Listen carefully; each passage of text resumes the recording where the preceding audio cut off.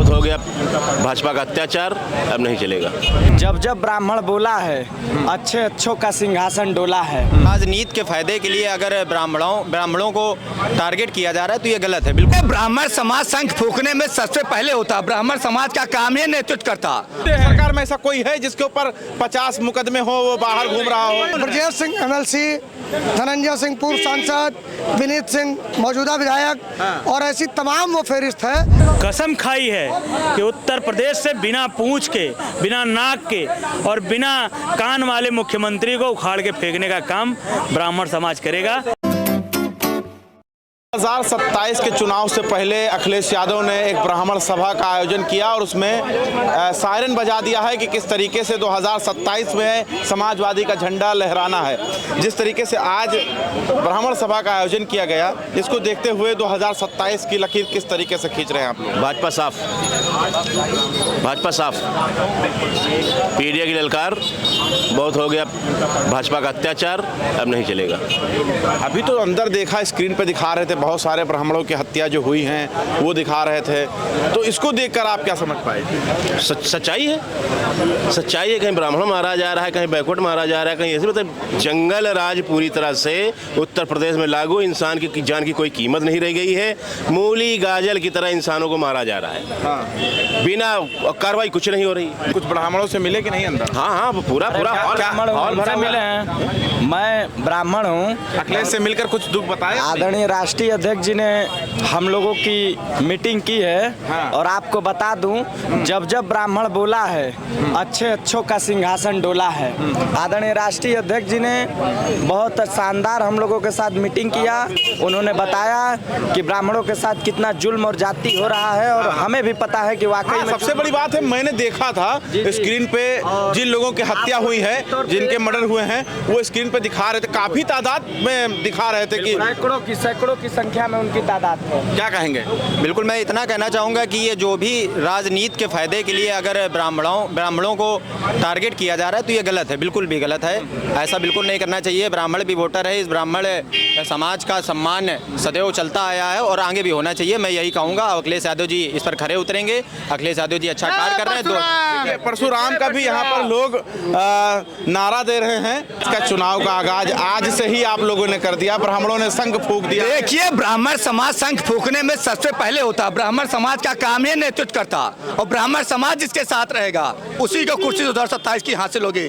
आज ये पूरे प्रदेश से ब्राह्मण समाज ने संगठित होकर ये आह्वान कर दिया कि भविष्य का, उत्तर प्रदेश का अगर भविष्य का ही निहित है और विकास का ही निहित है तो श्री अखिलेश यादव जी में है और अखिलेश यादव जी देश के भविष्य है, बड़े नेता हैं। 2022 में भी आप लोग कह रहे थे कि अखिलेश यादव सीएम बनेंगे, अखिलेश यादव सरकार में आ रहे हैं, लेकिन आप देखिए क्या हुआ। देखिए, 2022 का जो चुनाव था, ये आरएसएस और बीजेपी वालों ने लोगों को गुमराह किया, लेकिन अब जग जाहिर है ब्राह्मण जिस तरीके से प्रताड़ित हो रहा है, जिस तरीके से मारा जा रहा है, पीटा जा रहा, हत्याएं हो रही हैं, हत्याओं का बाढ़ आ गया है। आने वाले समय में 27 में पुरजोर तरीके से पूरा पीडीए समाज, पूरा ब्राह्मण समाज के साथ मजबूती से खड़ा हुआ है और ब्राह्मण समाज आने वाले समय में समाजवादी पार्टी के साथ जुड़ के बड़े पैमाने पे समाजवादी पार्टी सरकार बनाई जा रही है। जिस तरीके से आज अखिलेश यादव ने स्क्रीन पर दिखाया, हम भी दंग रह गए। आंकड़ा जो दिखा रहे थे, कितने ब्राह्मणों की हत्या हो गई 2017 से लेकर अभी तक? लगभग 1000 ब्राह्मणों की तो लिखित में हम लोगों के पास सूची है।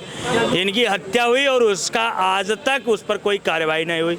कबीर तिवारी हत्याकांड हमारे मंडल का है। योगी आदित्यनाथ का कोई दुश्मनी है क्या ब्राह्मणों से? अगर दुश्मनी ना होती तो उनकी पुलिस ने जांच किया और उन्हीं सरकार में हत्या हुई और भाई कबीर तिवारी के जो हत्यारोपी हैं वो बाइज्जत बरी हो जा रहे हैं। आप बताइए कि इसमें योगी जिम्मेदार है कि नहीं है? योगी जी ने कौन एक्शन लिया है? और ये योगी और भारतीय जनता पार्टी आरएसएस के लोग कहते हैं कि अखिलेश जी समाजवादी पार्टी ब्राह्मण विरोधी है। उनके सामने ये बात तब तक साबित नहीं होगा जब तक आप ये न साबित कर दें कि योगी आदित्यनाथ तो जो डकैत हैं, जो माफिया हैं, जो भू माफिया हैं, उनके यहाँ बुलडोजर चलाते हैं, उनका इनकाउंटर करवाते हैं। ऐसा है भैया, देखिए माफिया का मानक क्या है भैया? हमारी बात समझिए आप। योगी आदित्यनाथ जी की जो सरकार जो ये चल रही है इस समय, आपने देखा होगा कि आगरा में किस तरह से तलवारें लड़के चलाई गई हैं। वो तलवारों का आसान मत समझिए आप। वो तलवार जो समाज में लोगों का सर उठा है, वो फिर से वही राजशाही लाना चाहते हैं। और जिसका सर उठ रहा है उस तलवार से कहते संकेत है कि अपना सर झुका के चलो, सर काट लिया जाएगा। उसके सबसे ज्यादा अगर उससे कोई पीड़ित है तो उससे सबसे ज्यादा पीड़ित है ब्राह्मण, यादव और मुसलमान। इस पूरे प्रदेश में सबसे ज्यादा पीड़ित है। और हम लोग गोरखपुर से हैं, हम लोगों ने तो देखा यूनिवर्सिटी कॉलेजों के चुनाव में वो किस तरह से जातिवाद करते थे। उनका सीधा जातिवाद को तो भाजपा खत्म कर रही है। अरे आप क्या बात करते हैं भैया। हमारे राष्ट्रीय अध्यक्ष जी ने एक दिन लिस्ट जारी किया था, 40 से ज्यादा उनके सजाती लोग हैं जो खुलेआम घूम रहे हैं, जिनके किसी पे 100 मुकदमे हैं, किसी 50 मुकदमे हैं, किसी पे 7 मुकदमे हैं। ऐसा कोई नहीं होगा योगी जी के क्या सरकार। बात करते हैं, आप भी जानते हैं। सरकार में ऐसा कोई है जिसके ऊपर 50 मुकदमे हो, वो बाहर घूम रहा हो? बड़ी लंबी फहरिस्त है। कौन? ब्रजेश सिंह MLC, धनंजय सिंह पूर्व सांसद, विनीत सिंह मौजूदा विधायक, और ऐसी तमाम वो फहरिस्त है जो करीब 59 लोगों की हम लोग फहरिस्त जारी की थी। तो बेबुनियाद, ये सब मासूम लोग हैं, आप ऐसी बात कर रहे भारतीय हैं। जनता पार्टी में जो भी पहुंच गया वो मासूम हो गया, वो साफ हो गया, वो बिल्कुल वॉशिंग मशीन से धुल करके गंगा जल की तरह पवित्र हो गया। तो ये भारतीय जनता पार्टी का अपना खुद का मानक हो सकता है या योगी आदित्यनाथ का अपना खुद का आप धनंजय सिंह, ब्रजेश सिंह, रघुराज प्रताप सिंह, इनका नाम गिना रहे हैं। इनको फंसाया गया, उस समय की सरकारों ने फंसाया। उस समय की सरकारों ने इन्होंने फंसाया, तो आज की सरकारों ने इनको बरी क्यों नहीं कर दिया? सबके मुकदमे लंबित है और कोर्ट में लंबित है। हाँ, तो कोर्ट में मामला है ना, कोर्ट में लंबित तो है कोर्ट ना। में है तो योगी आदित्यनाथ क्या करते हैं उसमें? तो योगी आदित्यनाथ से मैं पूछना चाहता हूं कि जिनके मामले में कोर्ट में लंबित थे उनके एनकाउंटर क्यों कर दिया?